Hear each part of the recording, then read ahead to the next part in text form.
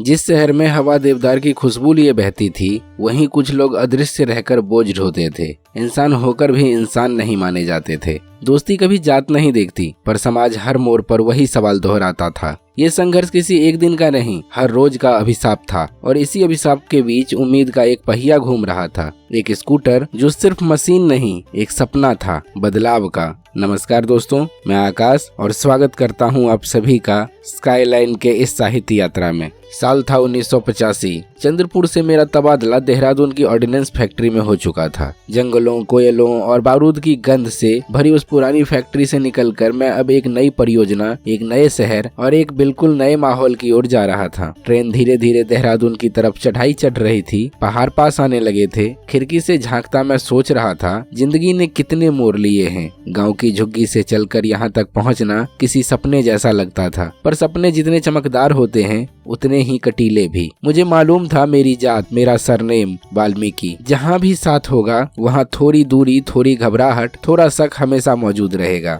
Factory पहुंचने से पहले ही मैंने अपने सामान वगैरह की व्यवस्था कर ली थी। पुरानी फैक्ट्री के साथ ही ऑफिस के दोस्त, कई लोग पहले से देहरादून प्रोजेक्ट पर आ चुके थे। ये भी एक सहारा था कि बिल्कुल अकेला नहीं हूँ। फिर भी भीतर कहीं न कहीं एक हल्की सी घबराहट थी। नया शहर, नए अफसर, नया सिस्टम और सबसे ऊपर नया नजरिया जो मेरी पहचान को किस नजर से देखेगा मुझे पता नहीं। 1 जुलाई 1985 मैंने ऑर्डिनेंस फैक्ट्री देहरादून में कार्यभार संभाला। नई फैक्ट्री अभी बन ही रही थी। इमारतें आधी खरी आधी नक्शों में। प्रशासनिक भवन, वर्कशॉप, प्रशिक्षण संस्थान, छात्रावास, आवासीय कॉलोनियां, हर तरफ मशीनें, मिस्त्री, सीमेंट, लोहे की सरांध और बीच बीच में हरियाली की पतली पतली धारियां। मुझे इस प्रोजेक्ट में डिजाइन की जिम्मेदारी दी गई थी। ये काम मेरे लिए नया भी था और रोमांचक भी। बारूद, हथियार और उसकी दुनिया से जुड़ी तकनीक पहले भी देख चुका था, लेकिन इस बार काम सिर्फ ड्राइंग टेबल तक सीमित नहीं था। उसकी सीधी टक्कर इंसानों की जिंदगियों से थी। ऑफिस में कदम रखते ही पहली भेंट हुई जेटी जी से। काफी उम्र दराज, अनुभव से भरे, लेकिन चेहरे पर एक अजीब सी कसैलापन।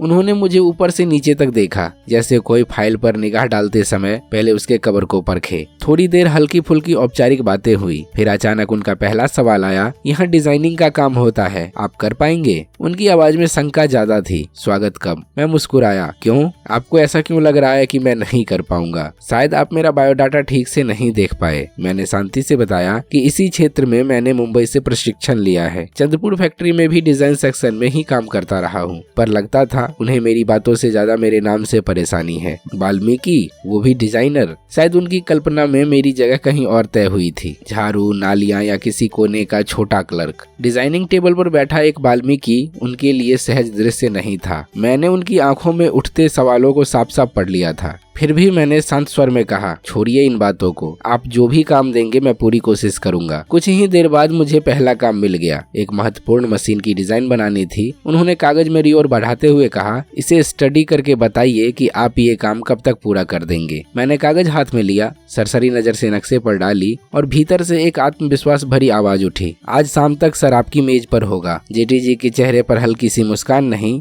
बल्कि हल्की सी चिढ़ दौड़ गई। शायद उन्हें उम्मीद थी कि मैं घबराकर कहूंगा, 2-3 दिन लगेंगे सर। उन्होंने सिगरेट का कस लेते हुए मुझे ऐसे देखा जैसे कोई शिकारी अपने सामने फंसे शिकार को देखता है। 2 दिन से ज्यादा नहीं लगने चाहिए, उन्होंने आदेशकारी लहजे में कहा। मैंने दोबारा जवाब दिया, आज शाम से पहले मिल जाएगा आपको। दरअसल ये सिर्फ तकनीकी काम नहीं था, ये मेरी क्षमता पर और उससे ज्यादा मेरी जाति पर अविश्वास की परीक्षा थी। मैं अपनी सीट पर बैठा और काम में जुट गया। नक्शे पर लाइनें खींचने लगी। हर रेखा के साथ मुझे लगता था मैं सिर्फ मशीन नहीं, अपनी जगह भी डिजाइन कर रहा हूँ। लगभग 1 घंटे में मैंने पहला डिजाइन तैयार कर लिया। डिजाइन लेकर जब मैं जेटी जी के सामने पहुंचा, उन्होंने हैरत से मेरी तरफ देखा। यदि कोई संशोधन चाहिए तो बता दीजिए सर, मैं बदल दूंगा। मेरे हिसाब से तो ठीक है। उन्होंने कागज को पलट पलट कर देखा, जगह जगह पेंसिल से गोल दायरे बनाए जैसे बहुत गहरी जांच कर रहे हों। थोड़ी देर बाद बोले, ठीक है, इसे पद्मनाभन साहब को दिखाइए, वही अंतिम फैसला करेंगे। पद्मनाभन जी मेरे बॉस थे, डिप्टी जनरल मैनेजर। दक्षिण भारतीय, सांवला रंग, स्मार्ट व्यक्तित्व, बंगला, हिंदी, अंग्रेजी तीनों भाषाओं पर जबरदस्त पकड़। जब उनकी केबिन में पहली बार गया, उन्होंने गौर से डिजाइन देखा, कुछ तकनीकी सवाल पूछे। Will it work smoothly? Are you sure? मैंने पूरे आत्मविश्वास के साथ कहा, यस सर, मुझे पूरा भरोसा है। वे कुर्सी पर पीछे की तरफ झुके, जैसे मन ही मन तुलना कर रहे हों, पुराना अनुभवी जेटी या नया आया ये वाल्मीकि डिजाइनर। जीप पर सवाल था, पर होठों पर मुस्कान आ गई। वेरी गुड मिस्टर वाल्मीकि, हमें यही सोच चाहिए, यही दृष्टि। आप इस प्रोजेक्ट के लिए ठीक जगह आए हैं। उस एक वाक्य ने मेरे भीतर ढेर सारी झिझक तोड़ दी। किसी ने पहली बार मेरे काम को मेरे नाम से ऊपर रखकर देखा था, लेकिन कहानी यहीं खत्म नहीं होती। मेरे सरनेम को लेकर पूरे ऑफिस में चर्चा चल पड़ी। कागजों में लिखा छोटा सा शब्द वाल्मीकि जैसे एक दफा में सबकी नजरों का केंद्र बन गया। मेरी ही जाति के कुछ कर्मचारी जो वर्षों से उसी विभाग में काम कर रहे थे, पहले तो मुझे अचरज से देखते रहे, फिर धीरे धीरे दूरी बनाने लगे। किसी ने धीरे से कहा, ये कौन वाल्मीकि है, कहाँ से आया है, सीधे अफसर बनकर? मेरे लिए भी यह अनुभव नया था। एक ही जाति के लोग जो आमतौर पर एक दूसरे को सहारा देते हैं, यहाँ मुझसे घबराए हुए नजर आते थे। कारण साफ था, उन्हें डर था कि यदि वो मेरे साथ दिखे, यदि मेरी पहचान खुलकर सामने आई, तो वे खुद भी निशाने पर आ जाएंगे। किसी दिन कॉरिडोर में, किसी दिन चाय के वक्त बात आते आते वहीं जाकर अटक जाती। हम तो यहाँ चुपचाप रहते हैं, जात पात की बात छेड़कर फालतू में मुसीबत ना मोल लो। कहीं प्रमोशन रुक गई, कहीं पोस्टिंग खराब हो गई तो कौन जिम्मेदार होगा? मैंने एक दिन साफ साफ पूछा, आखिर इतना डर किस बात का? जितना डरोगे लोग उतना ही तुम्हें डराएंगे। एक बार मन से डर निकाल कर देखो, फिर देखना तुमसे ज्यादा कौन जीता है। मैंने कहना शुरू किया,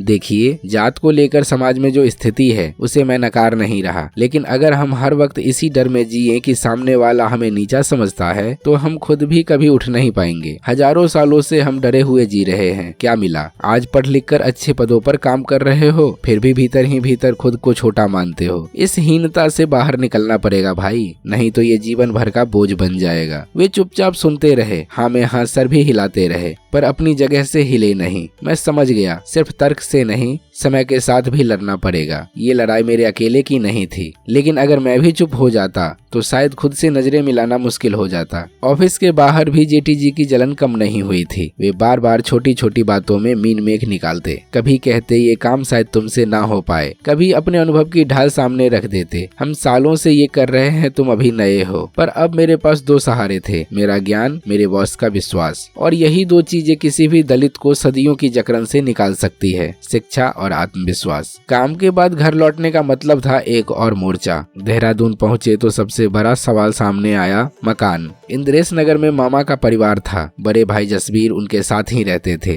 दो परिवार, एक छोटा सा घर, उतनी जगह नहीं कि सब आराम से रह सके। हमारा सारा घर गृहस्थी का सामान ट्रेन से आ चुका था, बड़े बड़े बक्सों में बांधकर एक कोने में खड़ा था, जैसे अपनी जगह मांग रहा हो, कहाँ रखोगे मुझे? कुछ दिन तो किसी तरह समा गए। किसी के कमरे में हमारा बिस्तर, किसी के आंगन में हमारा बर्तन। बच्चों के खेलने के लिए जगह कम थी, लिखने पढ़ने की जगह तो जैसे थी ही नहीं। फिर शुरू हुई असली जद्दोजहद, किराए का मकान ढूंढने की। ऑफिस से आते ही मैं और चंदा शहर की गलियों में निकल पड़ते। कर्णपुर, डलान वाला, अढ़ई वाला, डीएल रोड, हर जगह एक ही दृश्य होता। मकान मालिक हमें ऊपर से नीचे तक देखते, फिर सवाल पूछते, कहाँ काम करते हो, कितने लोग हो और किस जात के हो? जैसे ही मैं साफ साफ कहता मैं अनुसूचित जाति से हूँ वाल्मीकि, दरवाजे का माहौल बदल जाता। किसी के चेहरे पर बनावटी मुस्कान, किसी के लहजे में किराया बढ़ाने का बहाना, और किसी का तो साफ साफ जवाब, देखिए बाद में झगड़ा नहीं चाहिए, हम लोग कुमाऊनी ब्राह्मण हैं, किसी SC ST या मुसलमान को मकान पर नहीं रख सकते।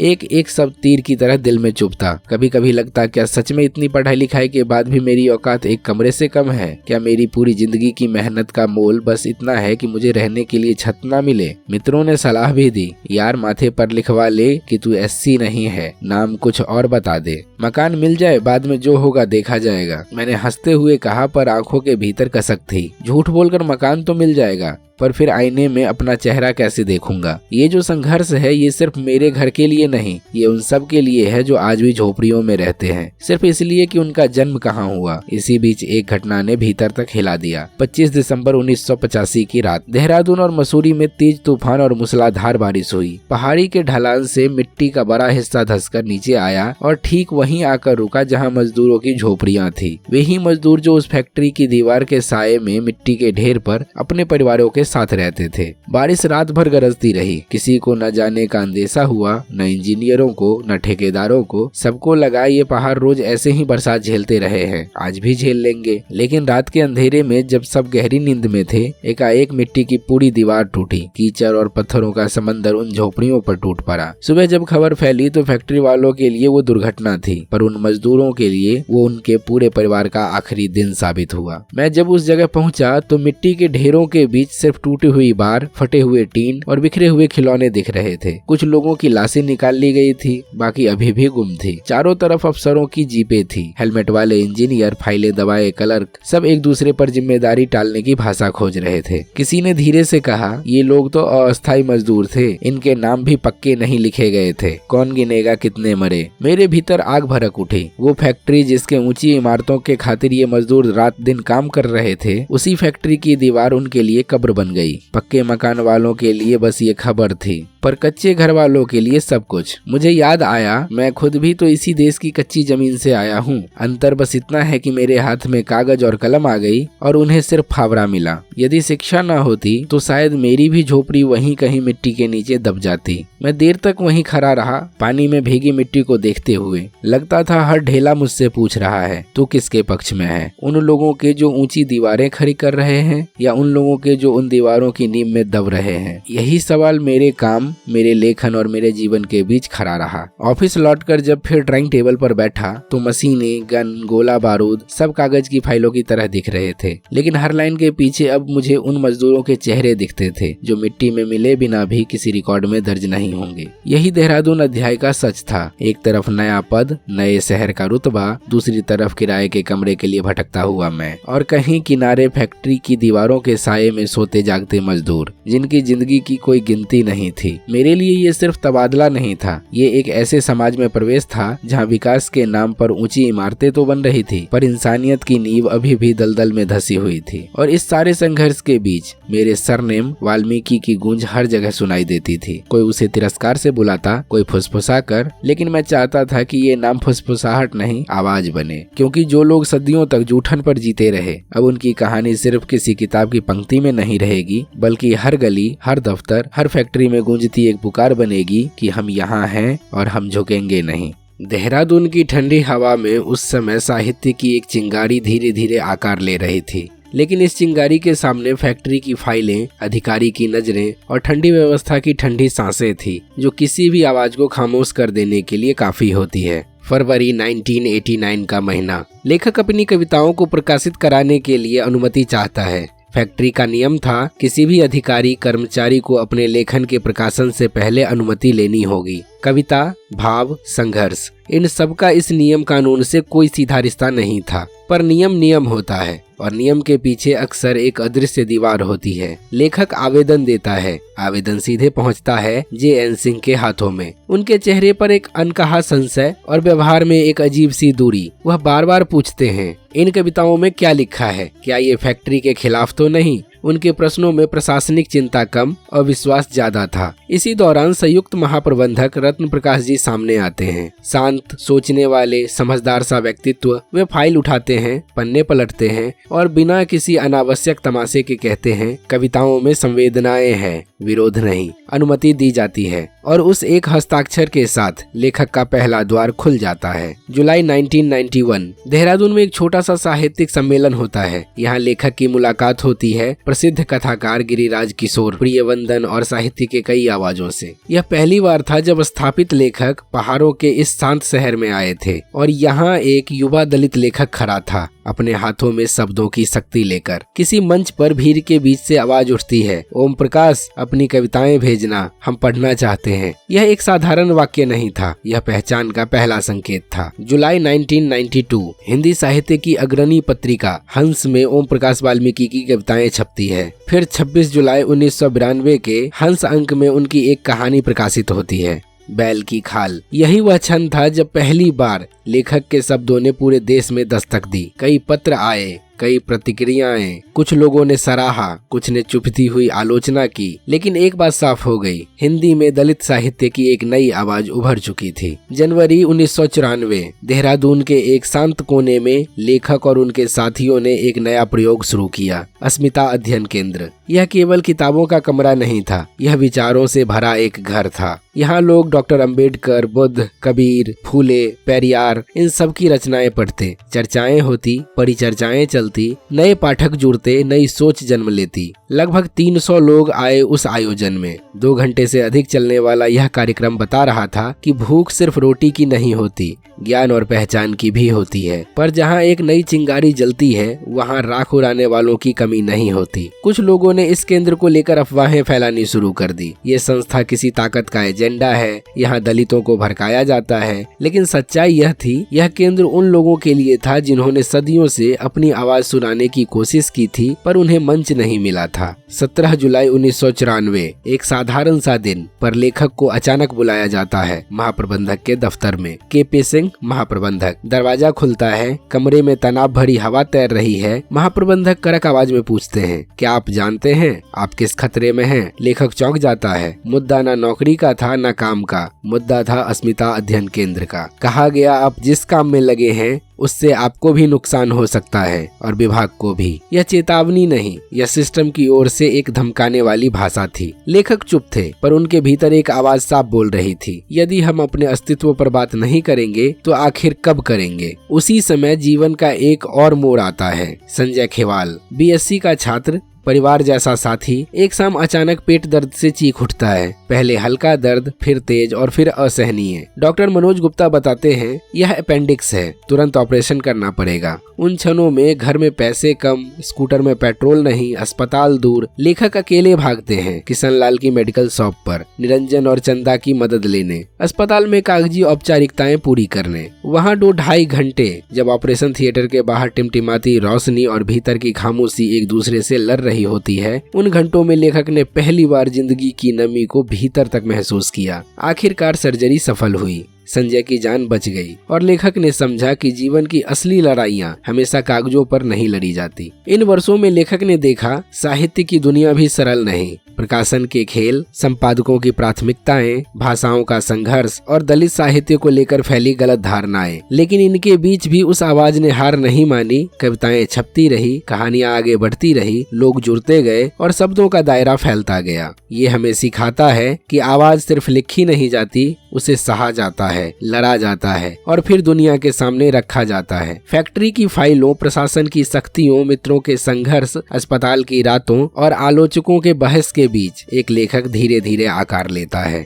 देहरादून से जबलपुर पहुंचना ओम प्रकाश के लिए सिर्फ एक तबादला नहीं था, यह एक ऐसी दुनिया में कदम रखना था जहां हर चीज अपने भीतर एक अलग ही सच्चाई छुपाए बैठी थी। एक शहर जिसका फैलाव बड़ा था पर नजरें छोटी, एक फैक्ट्री जिसका ढांचा मजबूत था पर सोचों में दरारें। फैक्ट्री का वातावरण शुरुआती दिनों में बहुत कुछ समझता नहीं था, पर धीरे धीरे जैसे जैसे ओम प्रकाश इस नए माहौल में घुलने की कोशिश करते, उन्हें महसूस हुआ कि यहाँ काम सिर्फ मशीनों का नहीं, यहाँ काम है व्यवस्था, मनुष्य और मानसिकता को समझना। इसी रोजमर्रा के बीच एक सुबह ऐसी आई जिसने पूरे शहर की हवा को बदल दिया। वर्षानी साहब के बंगले के सामने एक मरा हुआ बैल पड़ा था। बैल का विशाल शरीर, सड़ते हुए मांस की तीखी बदबू, मक्खियों का झुंड और एक असहनीय दृश्य। पिछले 12-13 घंटे से फैक्ट्री के मजदूर उसे ट्रक पर चढ़ाने की कोशिश कर रहे थे। रस्सियां बार बार हाथ से फिसलती, बैल का वजन उन पर टूट पड़ता और उसके आसपास की बदबू सांस लेना तक मुश्किल कर देती। वर्षानी साहब अपने खूबसूरत बंगले के बरामदे में खड़े थे, नाक और मुंह पर कपड़े से ढककर। उनके चेहरे पर परेशानी नहीं, घिन थी और घिन के नीचे छुपा हुआ तिरस्कार। वे बार बार एक ही बात दोहराते, ये लोग निकम्मे हो गए हैं, एक बैल तक नहीं उठा सकते। ओम प्रकाश उस वक्त वहाँ पहुँचे। उन्होंने हालात देखे, दूर नहीं बहुत पास जाकर। उन्होंने देखा कैसे मजदूर अपने हाथों को गंदगी में डुबाकर रस्सियां बांधने की कोशिश कर रहे थे,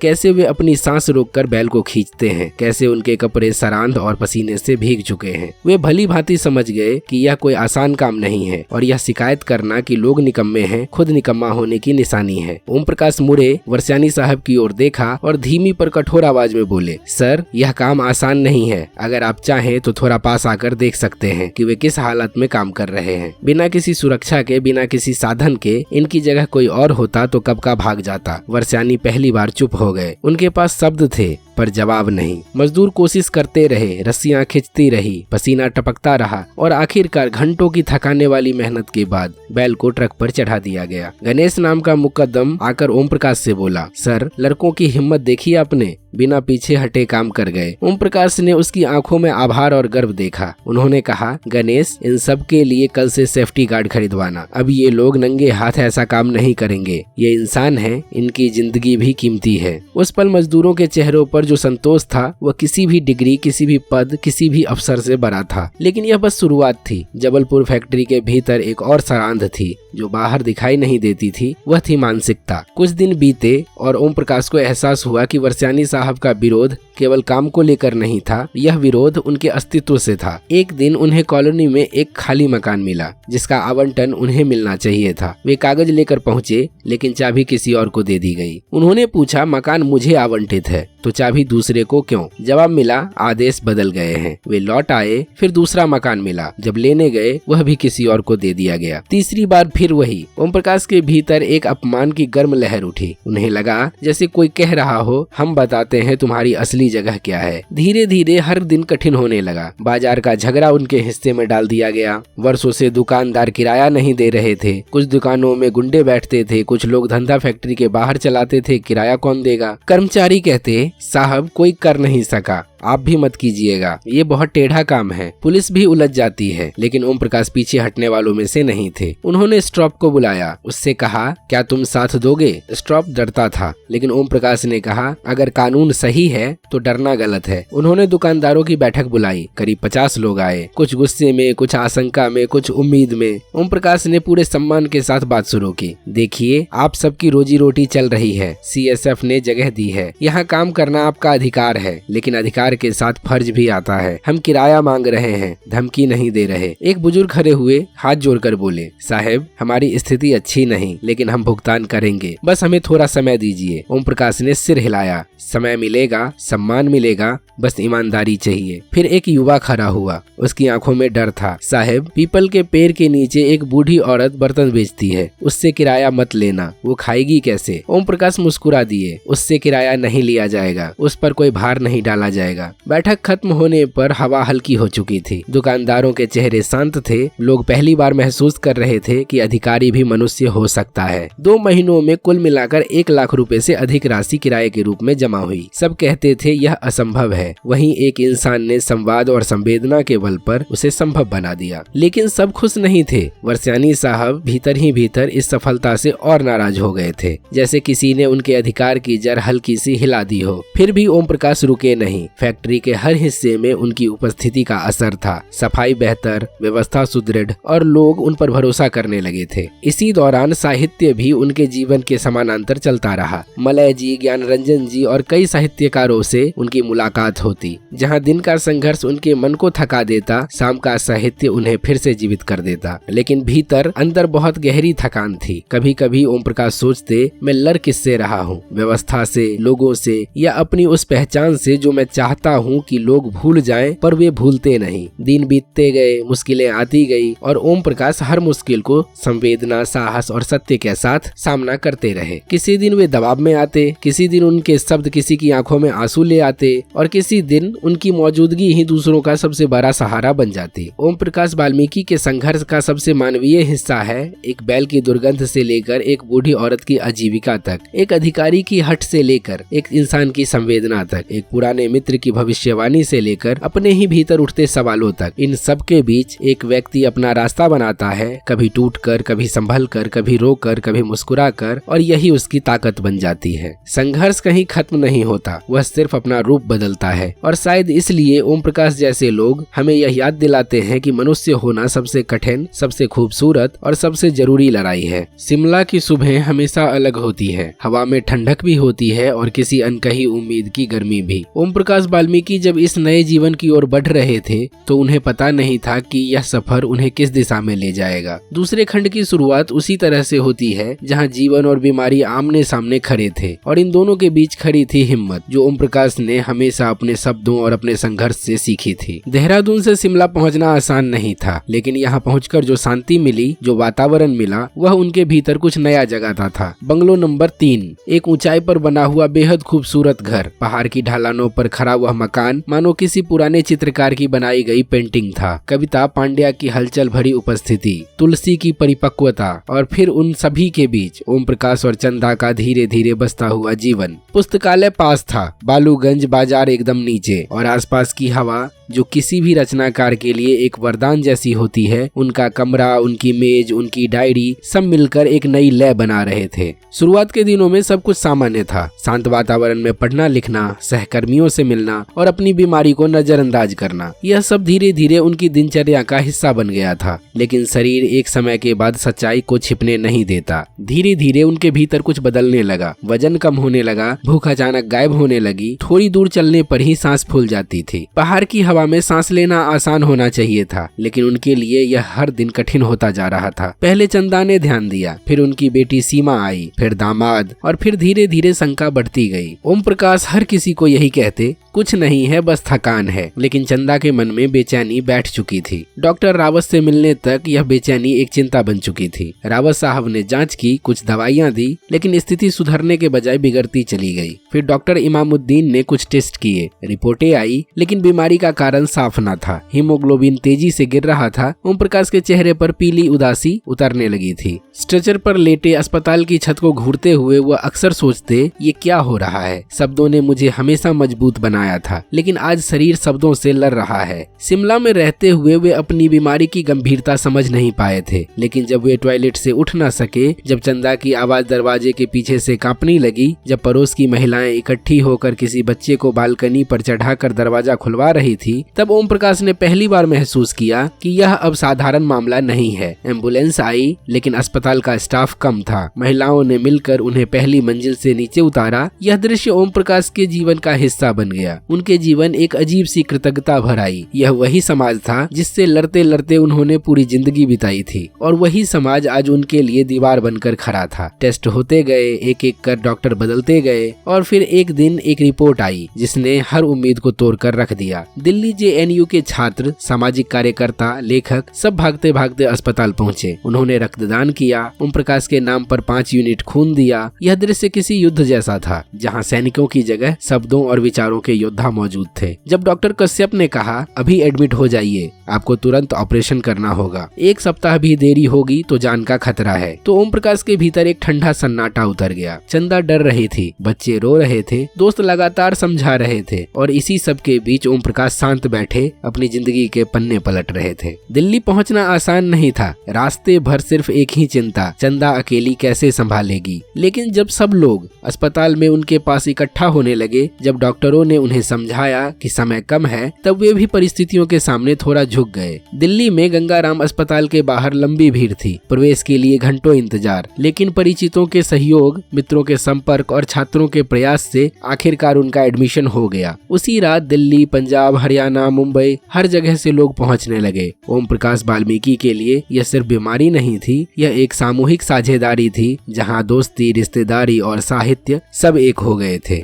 ऑपरेशन से पहले की रात वह बेचैनी, वह डर, वह अनकही घुटन सब उनके चेहरे पर साफ दिखाई देती थी, लेकिन वे हमेशा की तरह खुद को संभाले हुए थे। चंदा उनके सिर पर हाथ रखकर मुस्कुराने की कोशिश कर रही थी। वह जानती थी ये मुस्कान नकली नहीं है, बल्कि हिम्मत है जो वह अपने पति को दे रही है। डॉक्टर सिमरन नंदी आए, एक सच्ची ईमानदार संवेदना के साथ। उन्होंने कहा, हम पूरी कोशिश करेंगे, आप बस हिम्मत रखना। और ओम प्रकाश ने मुस्कुराकर कहा, डॉक्टर शुरुआत कीजिए, मैं तैयार हूँ। ये वो पल था जब बीमारी, डर और हिम्मत एक ही फ्रेम में खड़े थे। ऑपरेशन कई घंटों तक चला, रात बढ़ती गई, घड़ी की सुइयां आगे बढ़ती रही, और बाहर बैठे लोग हर मिनट के साथ थोड़े और भारी होते गए। आखिरकार सर्जरी पूरी हुई। ओम प्रकाश को ICU में शिफ्ट किया गया। डॉक्टरों ने कहा, ऑपरेशन सफल रहा, लेकिन सफल सफर अभी बहुत लंबा है। आईसीयू की रोशनियां, दवाइयों की गंध, मशीनों की आवाजें, इन सब के बीच ओम प्रकाश धीरे धीरे होश में आए। उन्होंने सबसे पहले देखा वो चेहरा जो हर मुश्किल में उनके साथ खड़ा था। चंदा की आंखें भरी थी,